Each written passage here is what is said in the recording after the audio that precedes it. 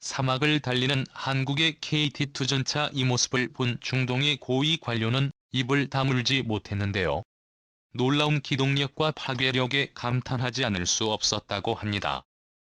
심지어 유럽연합은 우크라이나 전쟁으로 위기감을 느끼자 한국에게 서둘러 OK2 전차 구매 요청을 보냈다고 합니다.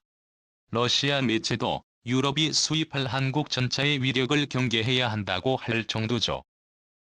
세계가 주목하는 한국의 K2 전차급 놀라운 성능과 인기를 지금부터 자세하게 알려드리겠습니다. 망원경을 한 손에 쥔 중동인의 입가에는 미소가 끊이질 않았습니다. 주행력은 물론이고 파괴력에 있어서도 압도적인 모습. 게다가 수준과 사막에서도 아무런 지장 없이 전투 수행 가능한 모습에 충격을 받을 수밖에 없었는데요. 한박 웃음을 지은 그는 한국 방산업체 관계자를 만나자마자 바로 계약을 체결하기를 원하며 뭐든지 들어주겠다고 말했습니다. 얼떨떨한 표정에 한국 관계자들은 오히려 중동인의 열렬한 반응에 당황했다고 하죠. 이집트 군 관계자들을 대상으로 시연한 한국의 K2 전차는 성공적이었습니다. 서식 K2 후편은 파워팩 문제로 인해 놀라운 성능에도 불구하고 수출길이 열리지 않아 답답한 상황이었습니다. 그런데 이집트가 호쾌하게 킨주 전차를 모두 구입하겠다고 밝혀 쿠웨이트 흑수출의 파란불이 켜졌죠. 이집트 방위사업부는 한국 방위사업청과 만나 K2 블랙팬서 전차 구매에 관한 실무 협의에 나섰고 모하메드 이집트 국방부 장관은 이례적으로 언론 인터뷰에서 KT 흑표전차 공동 생산은 의미가 깊은 일이라고 밝혔습니다. 이집트에 지속적으로 공을 들인 보람이라고 할 수 있는데요. 그동안 한국은 전동차 수출은 물론이고 원재료에 이르기까지 다양한 분야에 있어 기술과 에너지 협력을 이어갔습니다. 한국에게 마음을 연 이집트는 방산에도 관심을 보이기 시작했죠. 결정적으로 이집트의 마음을 열게 된 것은 K인 자주포의 화력과 K2 흑표전차가 보여준 놀라운 작전 수행 능력 덕분이었습니다. 아무리 좋은 관계를 유지했어도 국방에 관해서는 까다로운 이집트된 성능과 합리적인 가격을 보고는 한국의 한눈에 반해버렸습니다.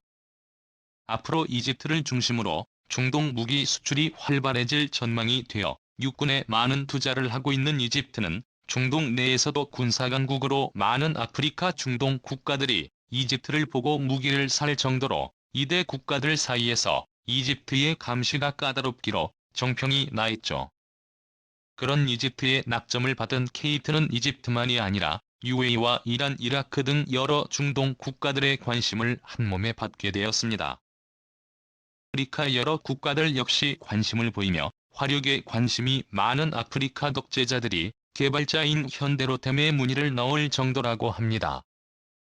이집트는 드넓은 사막에서 싸워야 하는 전장 특성상 현역과 지적 물자를 합쳐 총 4,300대 이상의 전차를 보유한 국가인데요. 주력 전차인 M1의 의원 전차 13만 60대와 M60A3 1,700대를 운영하고 있습니다. 문제는 M60A3가 노후화되어 기종 변경을 할 필요가 있었죠. 이집트는 1,700대에 달하는 M60A3를 차례대로 폐기하고 이 자리를 한국 K2 흑표전차로 채울 생각입니다. 러시아산 T9MS 50대대를 도입하기로 결정해 계약까지 맺었지만 한국 전차를 보고 마음에 들어 계약 파기를 선언했습니다. 오만 역시 한국 K2 흑표전차에 매료되어 비공개 테스트를 치르고 1조 원에 달하는 계약을 체결했습니다. 아랍스푸트니크 뉴스에 따르면 차세대 전차 도입 프로젝트에서 현대로템의 K2 득표가 최종 공급 전차로 낙점을 받았다고 하죠. 카스피해 주변에 위치한 중동 국가 아제르바이잔 역시 K2 흑표전차가 보여준 파괴력에 감탄해 100대를 선구매하기로 결정했는데요. 러시아 매체인 노스미는 잇따른 한국 전체의 계약에 주목할 필요가 있다고 말하며 한국 전차가 기존 전차 선진국들을 차례로 밟고 있다는 분석을 내놨죠. 중동에서 연이어 들려오는 계약 소식에 즐거워하던 한국은 또 하나의 기쁜 소식의 기쁨을 감추지 못했는데요. 바로 폴란드까지도 한국 K2 전차 수입에 나서겠다고 발표했기 때문이죠. 폴란드가 K2 전차를 수입하겠다고 한 것은 오래전입니다. 2018년부터 소식이 나오기 시작했지만 별다른 진전이 없었기에 일각에서는 폴란드가 한국을 들러리 세우고 다른 전차를 선택하는 것이 아니냐는 분석이 나왔었죠. 그런데 갑작스럽게 폴란드에서 노후화 전차를 교체하고 신형 전차 도입을 서두르겠다고 발표하면서 긴급하게 미국 전차인 에이블하우스 290대를 구매했다는 소식이 들려왔습니다. 보강을 위한 빠른 교체이며 향후 사업을 통해 차세대 전차 사업에 속도를 내겠다고 발표했죠. 폴란드 언론 매체 보도에 따르면 폴란드 정부는 한국 K2 배를 염두하고 기술 이전과 생산 대수와 관련해 세부 조율을 이어가고 있다는 내용을 폭로했습니다.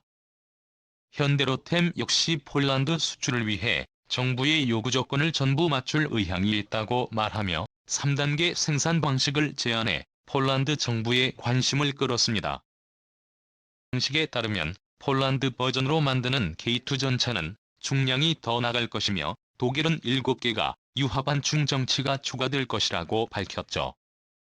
원격 사격 통제 체계를 사용해 전투원의 생존력 강화까지 달 것이라고 말하며 현대로템은 폴란드 정부가 요구한 공격적인 형태의 전차 모델을 받아들일 것이라고 했죠. 논의가 빠르게 진행되면서 K2 전체가 폴란드에서 모습을 비출 날이 얼마 남지 않았는데요. 폴란드 수출은 큰 의미를 지니고 있습니다. 주변 국가인 체코와 슬로바키아 역시 차후 전차 사업을 위해 사업 대상자를 물색하고 있으며 폴란드 K2 전차 사업에도 관심을 보였습니다. 폴란드의 스케이트를 수입한다면 이들 국가들도 자연스레 한국산 전차를 수입하려고 될 것입니다. 한국에서 직수입할 수도 있고 러시아에서 생산한 폴란드 버전 K2를 이들 국가가 수입할 수 있어 어찌되었든 한국산 전차가 유럽 대륙에 널리 수출될 가능성은 매우 높습니다. 한 주목해야 할 부분은 바로 우크라이나 전쟁인데요. 세계인의 관심을 한몸에 받은 우크라이나 전쟁은 러시아의 선전포고와 미사일 포격으로 인해 아수라장으로 바뀌었습니다. 미국과 유럽은 물론이고 러시아의 반기를 드는 국가들은 우크라이나 전쟁에 참여해 러시아와 전쟁을 치를 기세인데요. 발트 3국은 물론이고 나토에 가입되어 있는 서방 국가들은 우크라이나가 나토에 가입하지는 않았지만 러시아의 침략에 맞서 연대해야 한다고 주장했죠. 미국과 유럽연합 모두 가혹한 제재를 외치고 있는 상황 속에서 러시아가 본격적인 침략을 가하자 이제는 서방 국가들도 본격적인 전쟁에 뛰어들게 되었습니다. 폴란드 역시 러시아의 위협에서 안전한 나라가 아닐 뿐더러 우크라이나 옆에 있는 국가이기 때문에 러시아 침공에 있어서 불안감을 느끼고 하루빨리 병력 충원을 하려는 것이죠. 3.5세대 최신 전차 중 강력하면서도 가성비 좋은 케이크 베어를 선택하려는 것은 폴란드에게 있어서 합리적인 선택이라 할 수 있습니다. 최근 노르웨이도 KTN호 실전 테스트를 진행하면서 도입을 서두르는 상황. 는 좋기로 정평이 나 있는 독일 레오파드 전차와 대결에도 전혀 밀리지 않는 모습을 보이며 전 세계 군사 전문가들을 충격에 빠뜨렸죠. 레오파드 전차의 한 대 가격은 대당 하나로 400억 원, 현대로템의 KTN호는 대장 150억 원으로 레오파드 전차의 3분의 1 수준입니다. 노르웨이도 전쟁의 포화에 노출되어 있기에 따른 병력 충원이 중요한 시기에 적은 예산으로도 충분한 화력을 뽑아낼 수 있는 한국 전체가 유력하게 뽑힐 가능성이 높습니다. 어느새 K2가 중동을 넘어 유럽에 이르기까지 전 세계의 평화를 지키는 최전선 무기로 활약하게 된 것이죠. 러시아 역시 한국 무기의 무서움을 잘 알고 있습니다.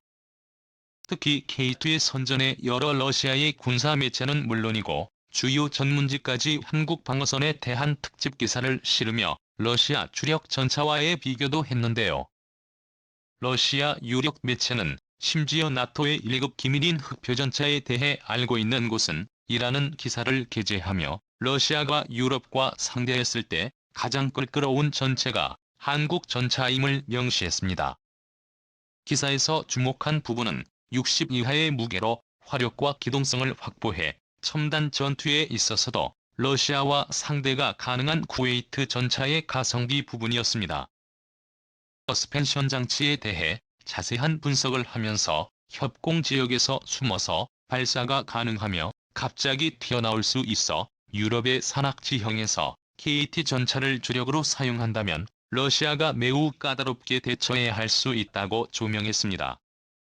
러시아의 주력 전차인 아르마타와 맞서 상대했을 때 아르마타가 불리하다는 의견까지 내비쳤죠. 무게면에서 KT 전차에 비해 무거운 아르마타는 유럽 지역에서 싸울 때 KT 전차의 밥이 될 수 있다는 내용까지 등장했습니다. 러시아 푸틴 역시 걸끄러운 상대가 될 한국 전차에 주먹 세르게이 쇼이구 국방장관을 불러 KT 전차를 어떻게 무력화시킬 수 있는지 연구할 것을 주문했다고 할 정도였습니다. 중동은 물론이고 유럽까지 금형성을 떨친 한국의 K2 전차, 심지어 푸틴까지 까다롭다고 생각할 정도로 최강의 전차로 자리매김했는데요. 앞으로도 K2 전차가 방산 수출의 효자 품목으로 기여하길 바라며 한국 방산이 앞으로도 전 세계적인 주목을 받기를 기원하겠습니다. 시승해 주셔서 감사합니다.